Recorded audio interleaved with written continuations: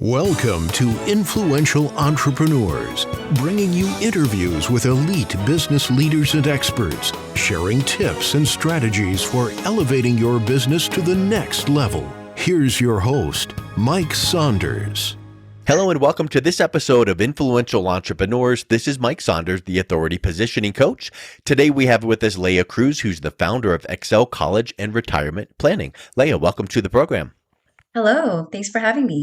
You are welcome. Hey, I'm excited to talk with you because I know that everybody has these certain milestones in their life, like retirement, and it's like, oh, someday I'll handle that, and time flies. And same with college, and we need to plan for college, and time flies. So I want to find out how you serve your clients in both college planning and retirement planning, but get us started first with what's your story? How did you get started into the financial services industry?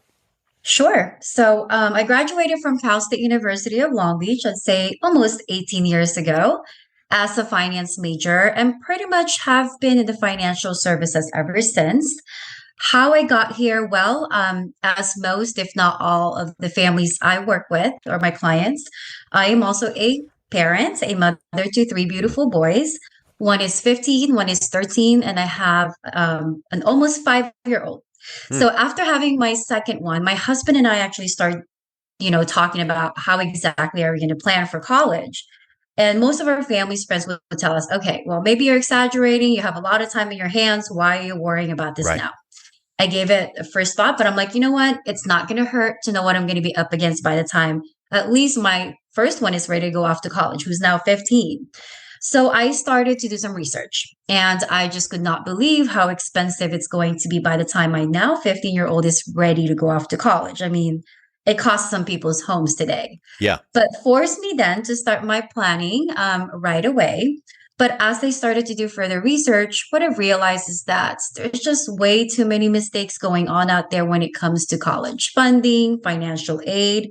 And that's just simply because, there's just not enough information being given to parents and students. So I made the decision to specialize in this field so I could be of service in such underserved market. And I have been helping families with their college planning journey for the past 12 years. Okay, great, Leah. Hey, you know what I really love about that intro is that you noticed yourself in planning for your own child's college that you have to start early. And you started noticing that there's a lot of opportunities out there for planning for college, paying for college, and choosing majors. Makes me think of this. Why is college planning important for, of course, the student, but also for the parents? Yep. So Mike, college planning is definitely important for not just the students, but also for the parents. I think the days of telling our students or children, just figure out where you're going to apply and we'll make it happen. Those days are over only because for the past decade, the cost of education just gone way up. Okay. So if we take a look at that number, if depending on, of course, where the student's going to be applying to, cost of attendance today could start from $30,000 per year to now over $80,000 per year. Wow. And then now take that number, times that by 4, if they graduate in 4 years, meaning on time, and then times that by the number of children that you hope to send off to college one day. I mean, that's going to be one of the biggest expense that any family will incur over the lifetime. And if we don't plan on that ahead of time, it generally becomes a retirement problem for a lot of families down the road. Also, mentioned about the 4-year graduation rates. I sometimes advise parents we should plan a little bit more than just the 4 years, only because now they say on average, students are graduating for their undergraduate degree somewhere from 5 to 5.5 years.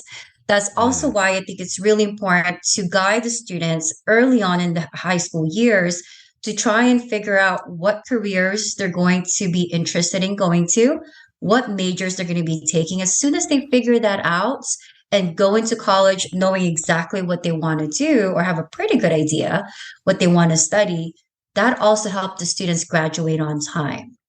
And it's also important the students actually choose the right colleges that make sense for them academically, not just because it's a big name or that's what their friends are going or it's close to home, because sometimes students are choosing the wrong schools for the wrong reason. And when they realize finally what they want to study after, 2 years in college, and they realize that's no longer the right school for them, now they're switching over to another school, which is actually what makes that graduation rate even longer and more costly for both students and parents. Yeah, and it's costly, which is important, of course, but also it's a level of frustration. Oh, Because yes. at some point it's like, I just want to get out and get into the real world and get my apartment and live life. And I've still, because I wasn't clear. Now, guess what? There are some students that just really don't know what they want, and it's Right. hard. I get that. It's super hard. But if at all possible, make sure that you maybe talk to some people in a certain career that you're interested in, or take an assessment where it's like, hey, you know what? Your strengths are leaning toward Right. this. And I've heard that, some students take an assessment and it's like, I never thought about that, but yes, that would, I would Yes. enjoy that.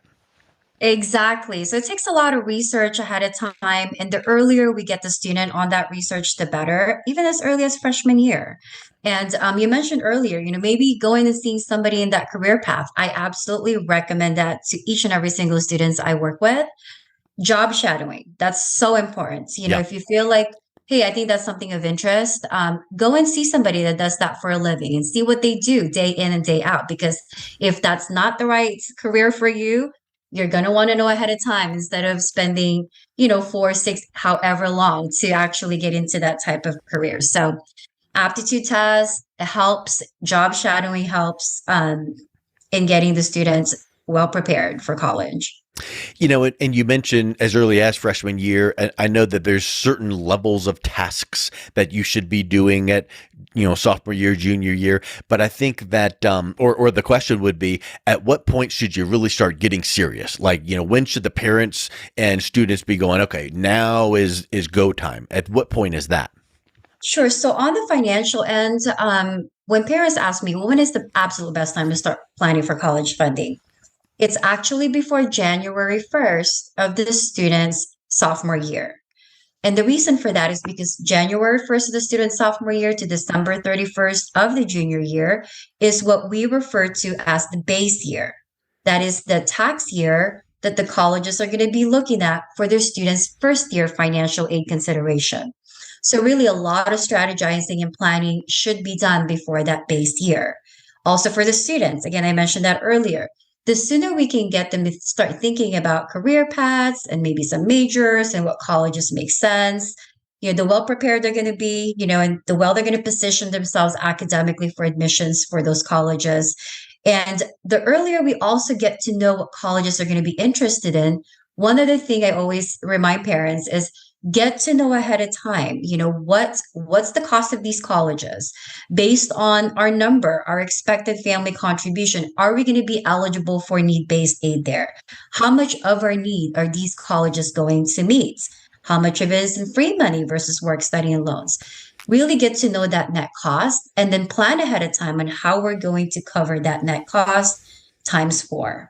And then times however many kids, of course, that they're going to be planning for. So Yeah. And hopefully only times 4, because if they, can finish in 4 years, statistically you've beaten the odds there. So that's exactly another big piece. So what are some more of the important things that parents have to know when we're thinking about funding? Because we talked a little bit here so far about planning and careers and, getting into the right school and finishing on time, but now you got to pay for it. And you mentioned, effective family contribution and need-based aid. What is the differences between some of those need-based aid and then when they see that calculation? I think that some parents can get confused about that expected family contribution. Sure. So the expected family contribution, or EFC, or as now they call SAI, which is Student Aid Index. That's a number based on parents' income assets, students' income asset if they do have work or income, parents' age, how many people are in the family, and if they have more than one child that's going to be attending college. There is a number that is formulated from all of those factors, that what we call the expected family contribution or student aid index. This number pretty much determines the family's eligibility for financial need-based aid. And so once we have that number, Then the second thing is we want to try and figure out what we can do legally and ethically to actually lower that expected family contribution. Because once you reduce that expected family contribution, that allows the student to actually qualify for more need-based financial aid where they will get it. Then it's just a matter of finding out how much of the school will meet in terms of the need-based and really kind of know what that net cost will be, for each and every single school, and then determine as a family, can we afford to send you there, right? So this is really a partnership between, students and parents. And then once we have that number, then we can really put a solid financial plan on how we're going to pay for college the most cost and tax efficient way possible. But if you're not looking to get need-based financial aid, so I do have a large, percentage of my clients that are high income families where their concern is making sure my child is choosing the right colleges for them. And of course, it's a college that I can afford as well. One of the myths that I hear quite a bit is that I think we make too much money to qualify for any financial aid. There are other types of aids out there. So there's need based, but there's also merit aid. Merit aid is actually not income based. And so we have families making $300,000-$400,000 still getting some form of assistance, which is in merit from certain colleges. But there are also families making $200,000 still qualify for need-based financial aid. So I would say don't just believe what you hear out there as far as myths. Talk to a licensed professional, to a college financial planner, and really look at your full family financial situation and know exactly where you fall and what's the best steps and strategies to take advantage of from there. Yeah, I'm so glad that you mentioned legal and ethically because, I mean, and I'm not being funny, but there's a lot of people that know how to game a system and, oh, well, if they're looking for this, I'm going to put my income as and my assets as, and I'm going to put it all in here and poof, now we get all this stuff. Well, that's not morally and legally and ethically correct. So there's ways to optimize the right way, like what you've mentioned. We didn't get into details because there's many details and you've got to, see what is best for the parent. And then the other thing I really loved you said is need-based and merit-based. And it reminded me of something that I think you'll find is curious, but it really makes this point. My wife is a teacher at our local university here in Denver, and she told me of this student that got a pretty small, but nice little scholarship because he plays the bagpipes. Well, who would have thought to ask for a scholarship or a grant or money because you play the bagpipes? And that would be merit-based. That's not need-based. So There are so many opportunities that maybe someone like yourself that is dialed into the college planning process that you might know certain questions to ask. And a parent could go, let me just go Google it and we're good to go. Well, there is some things that you might miss, you might not take advantage of. So someone like yourself can ask the right questions and be looking for these opportunities. I think that's a really important thing that people need to keep in mind. Absolutely. And keep in mind, just like every family is different, every school is different as well. Some schools are known for giving out need-based aid. Some schools do not offer any at all. So if primarily what's going to help us afford college is to look for schools that offer merit aid, that is something that we can also guide our families to focus on, to make sure that it makes sense academically for the student and makes financial sense for the parents as well. 100%. So it's just so refreshing to hear that you know how to navigate through the maze properly and give the right guidance. So Leah, if someone is interested in learning more about what you do and reaching out, connecting with you, what's the best way that they can learn more and talk to you? Sure. So first I'll start by going to my website, which is www.excelcollegeandretirementplanning.com.